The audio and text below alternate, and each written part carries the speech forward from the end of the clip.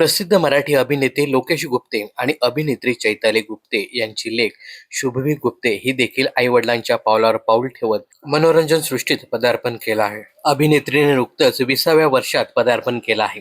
वाढदिवसाच्या दिवशी तिने स्वतःला एक मोठं गिफ्ट दिलं आहे. शुभवीने वाढदिवसाच्या दिवशी महागडी गाडी खरेदी करत स्वतःलाच गिफ्ट केले आहे. गाडीचे फोटो इंस्टाग्रामवर शेअर करत ती लिहिते, आज मी 20 वर्षाची झाले आणि मला वाटतं हा बड्डे माझ्यासाठी कायम लक्षात राहावा.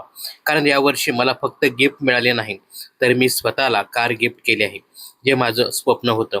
एक वेळ अशी होती जेव्हा कार खरेदी करणं हे खूप कठीण वाटत होतं आणि मी तेव्हा स्वतःला सांगायचे, एक दिवस मी नक्की घेईन आणि तो दिवस आज आला. गाडी घेतल्याचे फोटो शेअर केल्यानंतर अभिनेत्रीवर सर्व स्तरातून अभिनंदनाचा वर्षाव होत आहे. दरम्यान शुभवीच्या कामाबद्दल सांगायचं झालं तर तिने कलर्स मराठीच्या अशोक मामा या लोकप्रिय मालिकेतून मालिका विश्वात पदार्पण केलं होतं.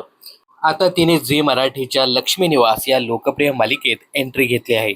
नुकताच लक्ष्मी निवास या मालिकेने 7 वर्षाचा लीप घेतला आहे. मालिकेच्या दुसऱ्या भागामध्ये भावनाच्या मुलीची भूमिका अभिनेत्री शुभवी साकारताना दिसते.